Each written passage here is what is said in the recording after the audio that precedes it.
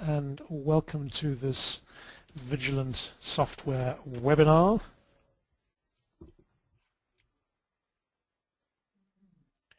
I think that everybody who's joining has now safely joined, and so we'll kick off and start talking through everything that there is to talk through.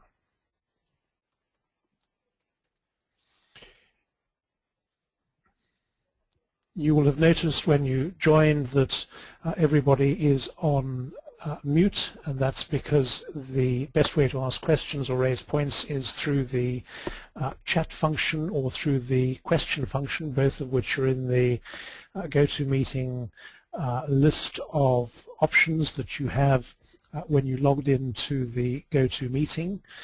You should be able to see both of those, and please do, if you have a question or an issue, just type it either into the chat function or alternatively type it into the question, and we'll pick it up and respond to you. And where there's a question that everybody should know the answer to, then we'll share the question with everybody and then tell you the answer.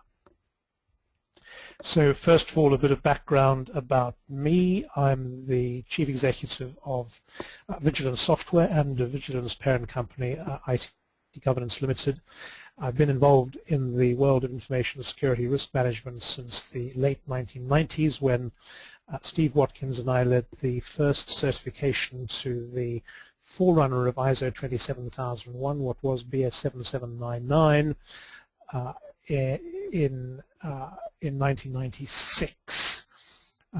I wrote a book which has been a consistent bestseller now in its 5th edition on implementing ISO 27001, and has become recognized as the de facto standard manual on implementation around the world, and was one of the original contributors to the design of VS Risk, which we think of as the definitive ISO 27001 and cybersecurity risk assessment tool.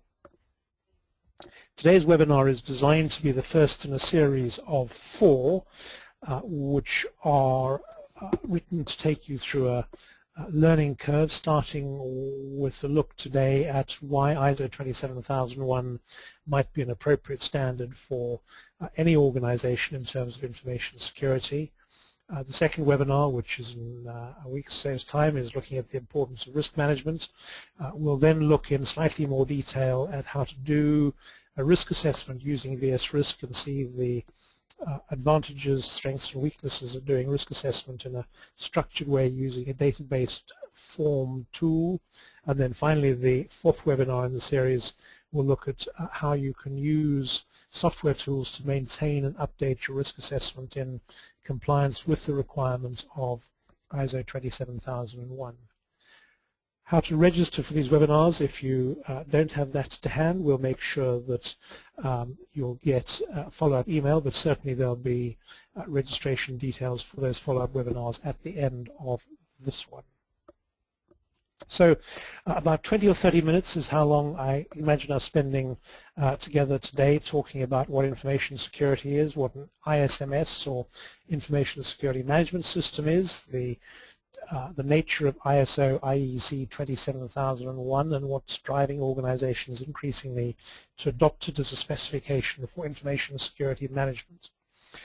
We'll look briefly at why your organization should care about ISO 27001. We'll look into accredited certification and what that means, and then the role of risk assessment in ISO 27001 and why risk assessment is such a key driver for information security in the ISO 27001 world. There's lots of time for questions and answers. As I said, please do fire in questions using the chat function or the Q&A function in the GoToMeeting, GoToWebinar tool panel, and we'll pick up and answer those questions. And then finally, of course, at the end of the webinar, we'll just look at next steps. The sensible point then is to start by asking, what is information security? And ISO IEC 27001, the current version of which was published in 2005, defines information security as the preservation of 3 things: confidentiality, integrity, and availability of information, what are often called the C, I, and A of information security. There are other properties such as authenticity, accountability, non-repudiation and reliability of information which might also be involved, and that depends on the circumstances, but information security is always about preserving confidentiality, integrity and availability of information. And an ISMS, which is an acronym for Information Security Management System, is simply defined as a systematic approach, management approach, to managing confidential or sensitive corporate information so that it remains secure. And remember that secure means that we're preserving confidentiality, integrity and availability, and it's that balance between those three attributes, CI and A, that is so important to effective information security management. ISO 27001 is a specification. It was published in October 2005, at which point its forerunner, which was BS 7799 Part 2, was withdrawn. ISO 27001 is at the moment effectively the world's only specification for a management system that can be used to secure an organization against cyber risk. ISO 27001 formally specifies an ISMS that's intended to bring information security under explicit management control. That's senior management control, which in larger organizations, which means senior management direction delegated to identified folk who have a role in ensuring the security of information. And ISO 27001 adopts the well-known Plan, Do, Check, Act model, the PDCA model, which originates with W. Edwards Deming back in the 1950s. And the risk assessment is at the heart of the Plan, Do, Check, Act cycle in ISO 27001. In other words, we plan what information security controls we're going to adopt on the basis of an assessment of risk. We implement the controls, we check that the controls are working as we expect them to, and then we take steps, we act in order to close any gaps between how they're actually working and what we plan for them to do. ISO 27001 is in many instances becoming a standard cost of doing business, a basic requirement for doing business. And there are a number of reasons for that. The first is that clients need confidence in their supply chain, and their supply chain might be as simple as the one organization they're dealing with, or in the number of organizations from whom they're buying and who in their turn depend on other organizations, all of whom have information that to one extent or another is confidential, whose integrity needs to be protected and whose availability needs to be assured at key points. So confidence in the way the supply chain manages information is the first item. The second is that particularly in the United Kingdom, breaches of the Data Protection Act can bring fines of up to £500,000 from the Information Commissioner, and obviously organizations want to avoid the fine, but more than that, they want to avoid the reputational damage that comes from being identified as an organization that fails to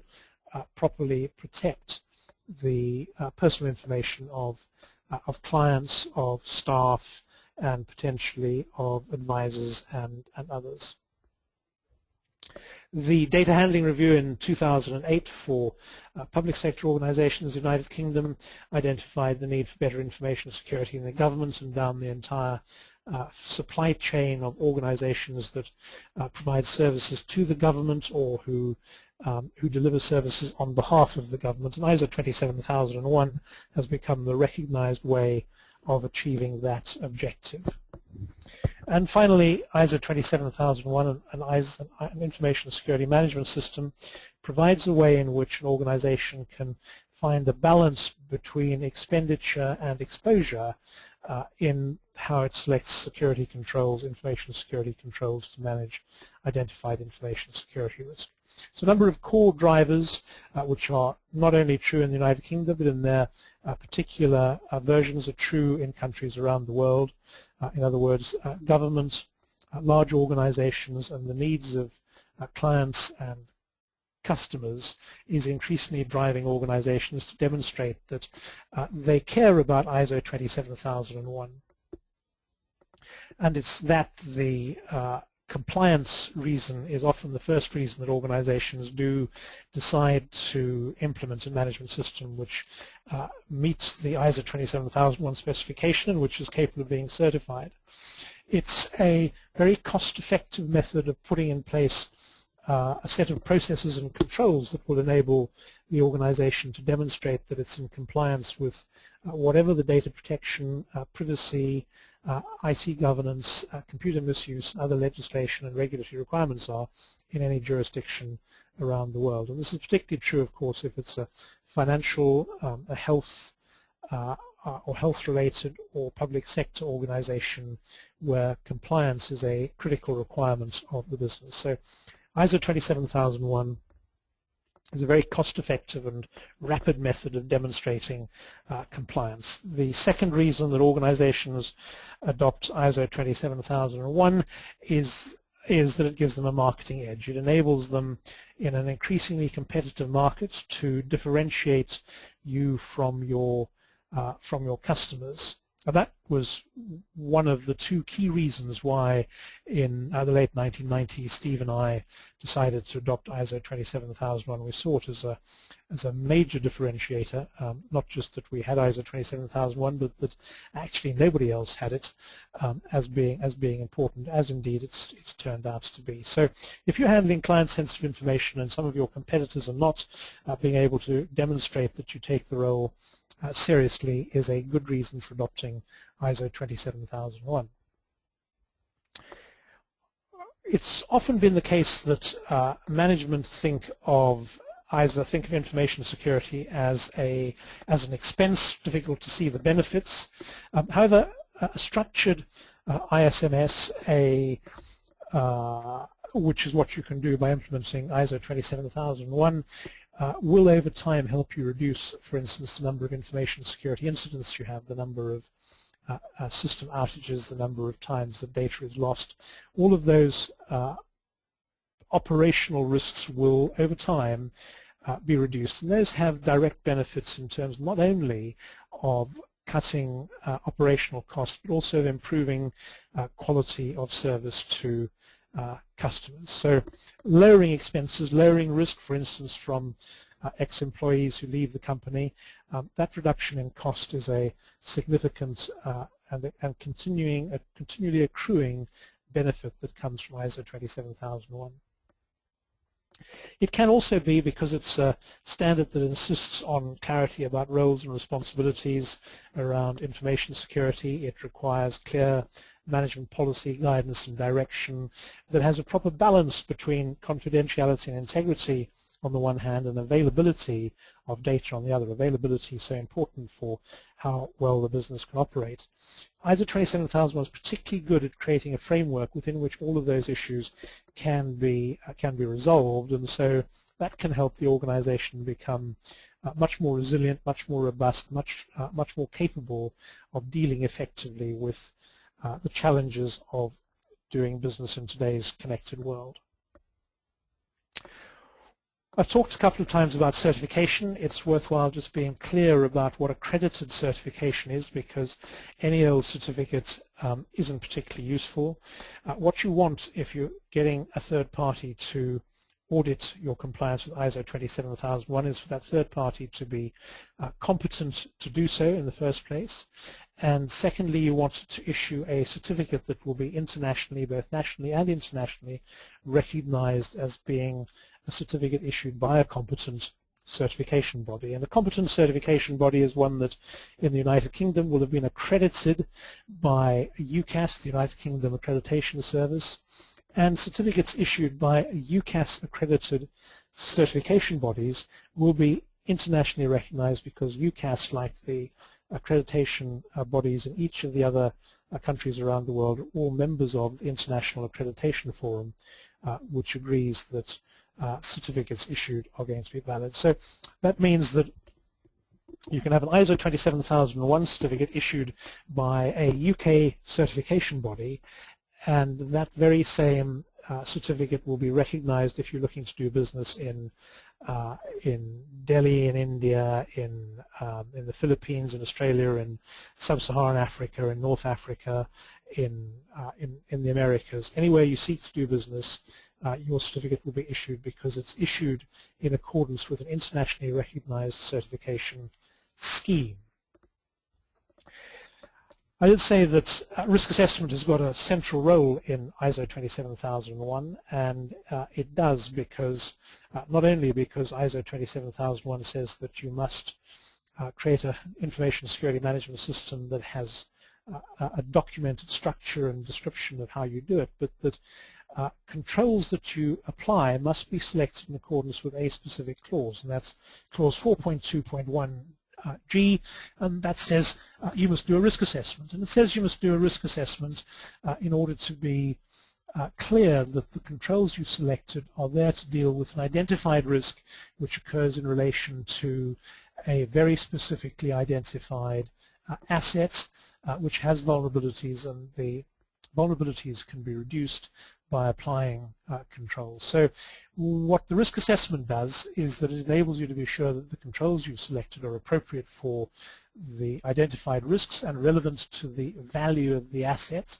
For instance, you wouldn't select a control the implementation of which would cost you more than the cost of losing the asset. That's one of the many reasons why controls are linked to assets. And that central role of risk assessment means that you're able to develop an information security management system that contains best practice around selection and implementation of controls. It contains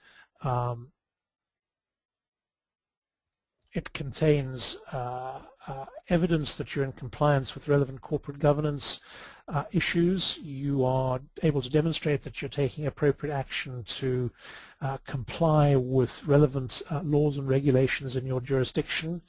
You're certainly taking a systematic approach to risks in terms of identifying assets which threats and vulnerabilities could affect them, and then selecting controls that can deal with them. And that enables you to make informed decisions on security investments, on the appropriate amount of money to spend on your security investments. And out of those come not just credibility with staff, customers, and partner organizations, but of course the marketing opportunities that come from being an organization so clearly in control of its customers, staff, clients, and partners' information, whether personal or otherwise confidential. And so we have, I said at the end of the initial discussion of why ISO 27001, we'd look at the next three webinars. The second one is on Thursday, May the 16th.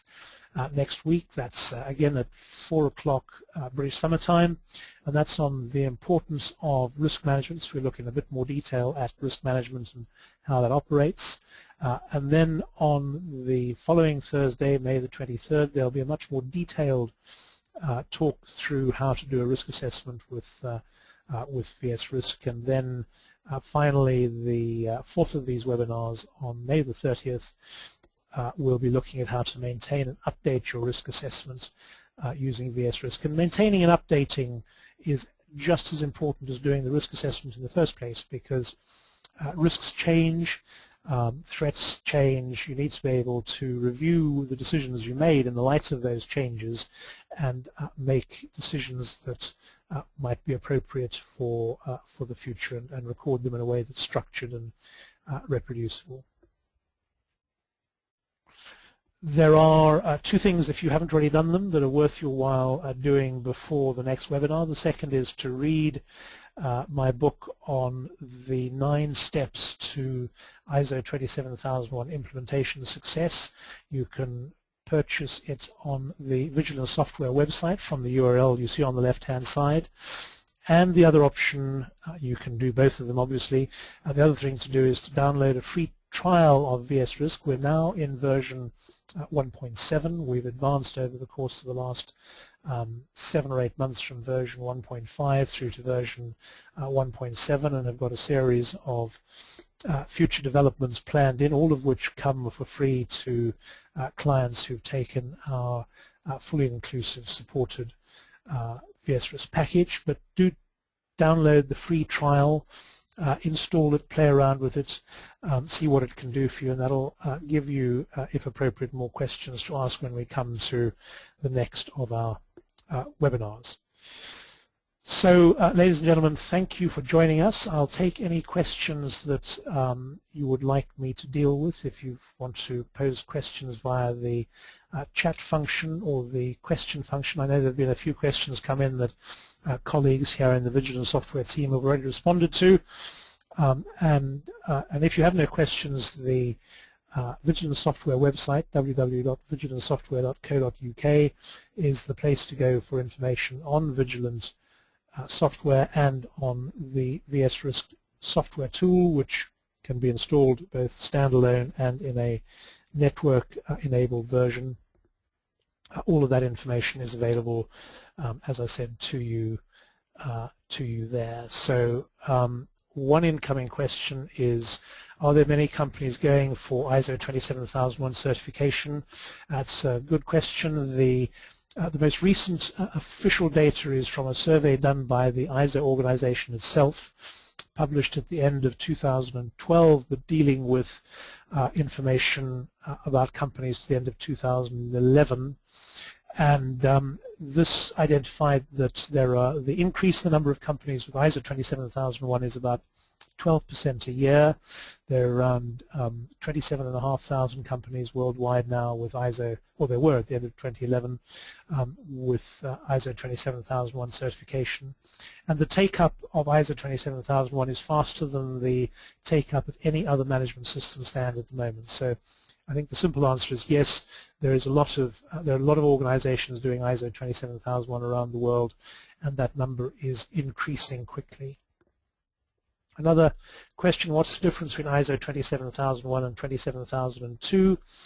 ISO 27001 is a specification. It sets out the things that you have to do if you're going to implement an information security management system, whereas ISO 27002 simply gives you guidance on how to implement each of the 133 controls that are listed in ISO 27001. In other words, the controls in ISO 27001 are not mandatory. You're going to select entirely on the basis of your risk assessment, and then you'll look to ISO 27002 to give you guidance on how to implement each of the controls that you've selected. So that's a good and sensible question. As I say, any other questions that you have, please do put them in via the question function, or alternatively the chat function in the GoTo webinar instrument panel. And if you have questions you'd rather ask independently of in the forum, then obviously please email us at servicecenter@vigilantsoftware.co.uk, and we'll respond to those as quickly as we can. But if you have no further questions, as you do, how much time does the certification take on average? And the answer is it depends on three things. The first is the size of the organization. It takes longer in a big organization than in a small one. The second is that it depends on how well organized information security is inside the organization in the first place. And the third issue is, of course, what type of resources the organization commits to pursuing certification. In practical terms, therefore, the answer is usually somewhere between 3 months and 12 months to achieve certification. If the organization is PCI DSS compliant, do you still need ISO 27001? Yes is the answer. PCI DSS compliant deals only with the cardholder data environment, in other words, that bit of the organization in which you're processing payment card data, and it doesn't deal with information other than payment card data. So it only deals with the card number and related information. It doesn't deal with personally identifiable information, corporate information.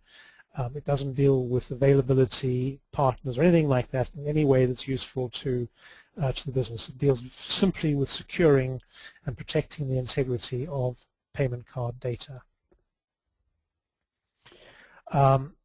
So questions now are coming in a lot. Will the certification be done on all aspects of the organization?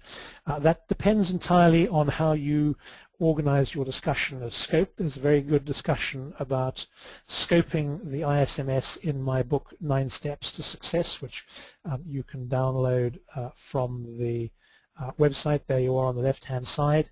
And as I say, it depends. In most organizations, the scope will be the whole organization.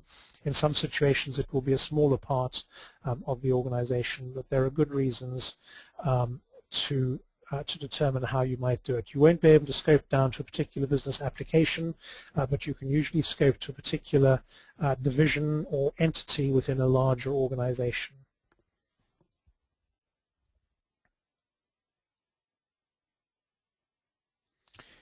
Just scrolling through questions, and I think that looks as though we've got nearly all of the questions.